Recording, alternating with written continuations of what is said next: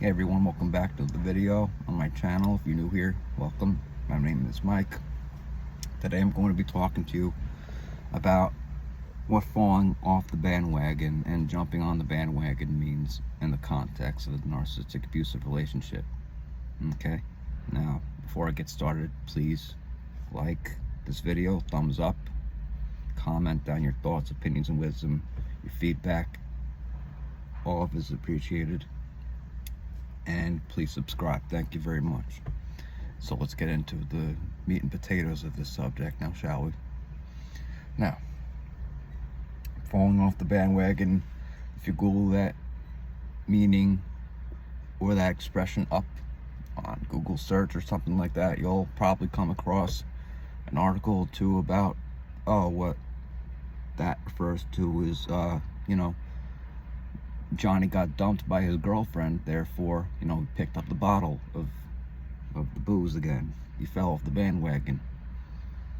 He either started drinking or he relapsed or something bad happened.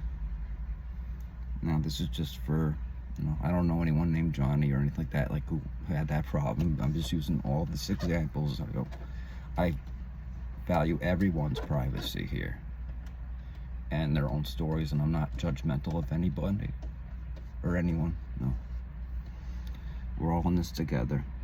I really do mean that, and that's why I'm committed to making these videos. So if you don't like it, if you're a narcissistic lurker, you can just please exit my page, just click off this video. But if this is for you, then good, stay aboard, because I only got more to come for you guys. The best is yet to only come. Okay, and I really do mean that. This is just not me talking. I will match my words with my actions. The narcissist does not. It's okay for them to fall off the bandwagon, for them to flunk out of school, for them to flunk out on all their obligations, work, picking up the kids, or getting their shite together, for lack of a better term. Meanwhile, you were struggling, and nobody came to save you, especially not the narcissist. And when you were off, or if you fell off the bandwagon yourself, say you're like me, you've been on medical leave from work a couple of times in your life. Very unfortunate. I've broken both my wrists in 2015, and I've had spinal surgery, kyphoplasty to be specific, in 2019 after I fractured my L2. Of course, no one came to save me in the hospital or visit me or anything like that, except my father, which I'll never forget. And this is why, show me loyalty, and I will show you it back and reciprocate, if not more so. But disrespect me and I turn my back on you. For good.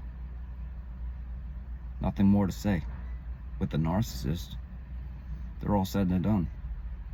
No amount of alcohol you drink, no amount of drugs you consume, no amount of escapism, artificial escapism, can ever pull you out of that ditch of destruction, chaos, and disorder.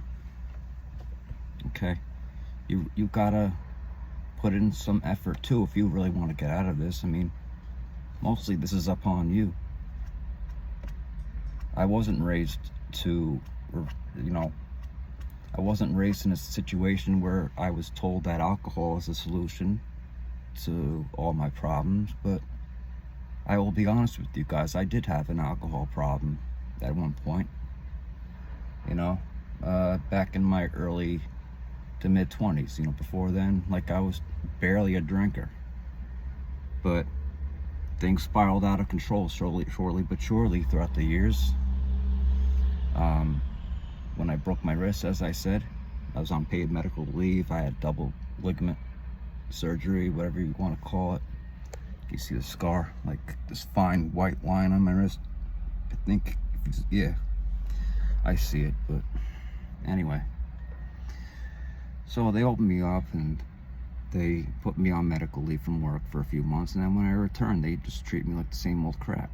Same as they did when I was lifted off the asphalt on the street, loaded off and whisked away in an ambulance, and the MT didn't have any words of encouragement. Are you okay? Is there anything I could do to make you more comfortable? No. She was laughing at my high blood pressure. She was laughing at my high blood pressure. And I was in the back of an ambulance, hooked up on morphine or whatever, and I couldn't even breathe. The oxygen tubes, she shoved up my nose. I was like, what is this? Get this off me. I don't even think I could make it to the ambulance. Sure, it was all just one big joke to her, but that's the kind of supply that the narcissist lives off of. Others' pain. No, am I saying that everyone in this kind of profession are narcissists? Absolutely not. But this was one in a million. This was an isolated incident, at least for me. Okay? But I'm not entitled to, or I'm not obliged, for lack of a better word, to show respect to people who don't show the same amount of respect towards me. It's like, either be kind or get out. Either contribute something, have something to say that's positive, or else you're just basically useless to me. Just get out of my life and go wreck someone else's, narcissist. And it's funny too, when the narcissist falls off the bandwagon. Maybe they're penniless, maybe they're living off the government, maybe they're, again, this is nothing to be judged or looked down on and scorned for, but when they're not, you can see throughout that relationship, during that short duration or long duration when you were with that narcissist, because at least I could say for myself, these relationships do not last long at all. They just use you for a short, limited amount of time, and they have multiple sources of supply in their phone. They can easily call any of these people up, or the phone could be a source of supply in itself. And you're just a disposable, I hate to say. Not to me, you're much more than that, but this is what the narcissist thinks of people. They just step on all over them like bugs. And it's not right. It does make people fall off the bandwagon. Perhaps the narcissist did. And yet they're wallowing in their own sorrow. Well, poor me. When in actuality, they could have given you the closure. We could have talked things out. So you thought at the time, but the fact of the matter is that nothing you said or did would be good enough for the narcissist. Absolutely nothing. Period. Dot. End of story. I'm sure the narcissist would say, oh, I'm sorry you feel that way, or I'm sorry I can't be there right now, I can't talk, whatever. Or, you know, they would make up another excuse, phones at 5%, etc. And you remember those. Or you text a narcissist, you're in the hospital, and they just text you 2 words back. What happened? Like, dully as that. Not an incoming phone call, nothing. So I had to drop some of these narcissistic friends of mine. I remember slightly before the pandemic, like just like in January 2020, you know, this friend of 10 years of mine, you know, we were trying to set up a time and a place to meet up, you know, go out for lunch, etc. And, you know, I'd already been dealing with flaky behavior from this narcissistic friend for a good few years already, but the fact that, you know, I was doing, you know, a lot of the reaching out, and, you know, they would always justify by saying, oh, I don't look at my phone like that, blah, blah, blah. But he will answer it for his sister, or he'll answer it for this person or that person, but just, yeah, he'll take whatever phone calls or whatever messages they want to, and whenever they will get to you. It could be 2 minutes or it could be 2 days. At one point, a narcissist held me on hold for like a month. Who knows what they were doing in that month span? Claim that they were at their sister's, but I highly doubt it. And even if so, what, like a day or a weekend or something, or a week, and you just like leave me on hold as if I'm dead to you? Come on, man. So, long story short, I got fed up with the flakiness. You know, this is why I stress respond and do not react, because if you give the narcissist your reaction instead of saying this is how I feel, you know, be earthy and honest like that if you guys are really, you know, loyal and committed to each other. But the fact of the matter is we're talking about narcissists here, and therefore they can't reason or have logic. They let their emotionally driven thinking outride all of that, and so they will continue to pull your strings or gaslight you into making you think something that is true when you've seen it for your own eyes, that they're lying out their ass.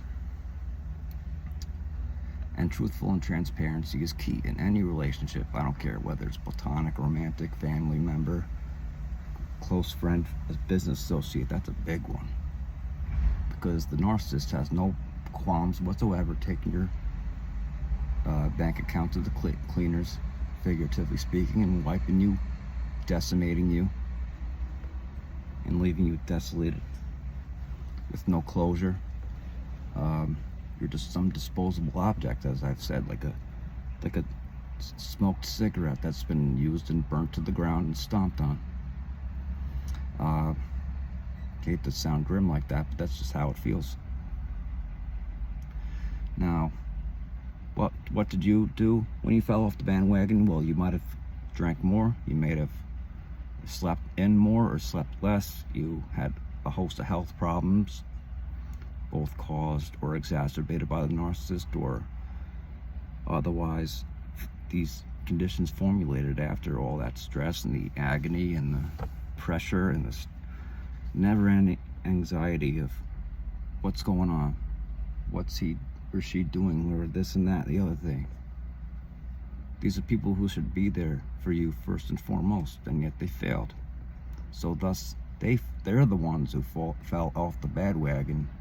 The narcissist, I mean, no one's perfect. I mean, we all have our slip-ups.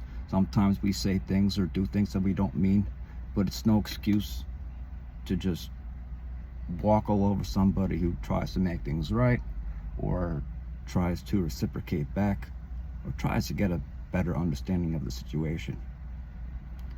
Try to put yourself in the narcissist's shoes for just a second, because they can't ever stand putting themselves in your shoes.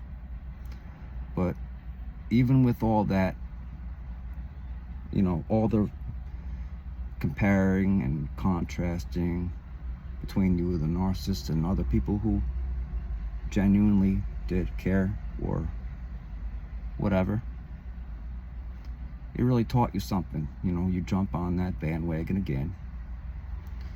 That's metaphorically giving the narcissist the middle finger, the birdie, and you go out about your merry way into the sunset. The end. It's no longer the fake peaches and cream as they make it out to be. Like, I'm just a perpetual victim, says the narcissist. Well, I'm a survivor. I'm not a victim. I don't play victim. I don't go on TikTok crying about my problems. You know, I take my problems and I either deal with it head on, or if I need any more help, I'll consult with whoever in my private time. But the narcissist likes to feign despair. Oh, poor's me, just like they came at you with that line, or, you know, you wanted to understand them, but they couldn't bother with you in the slightest. And then when they showed you their true colors, it was only natural of you to cope. And, you know, because you weren't thinking clearly. You were not thinking clearly after that discard or the exit, or both. You reverted back into something that you never thought was possible. Perhaps you were spiraling into depression. You were picking up the drinks again. I know I was. I wasn't even much of a drinker up until my early to mid 20s. And I'd been working 16-hour days, like 6 days a week, and I was just exhausted. And not to mention, yeah, I showed you guys the scar on my wrist. It's like, try doing things with mostly one hand, like in a fairly laborious manual like setting. Like, doesn't work. You gotta wake up and smell the roses, smell the coffee, and ask yourself, do I really need to be subjected to this? No.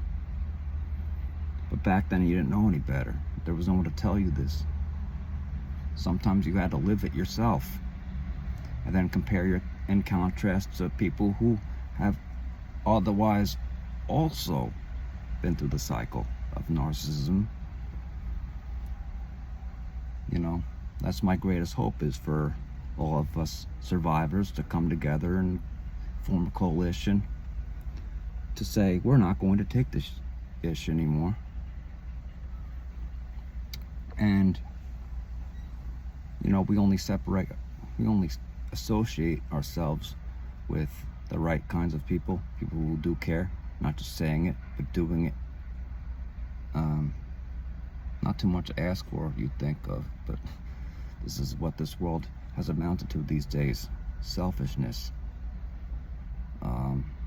pity playing, blame shifting, gaslighting. This is all the manipulation tactics, and not even withstanding stonewalling, the silent treatment, whatever. Triangulation with their exes, with their family.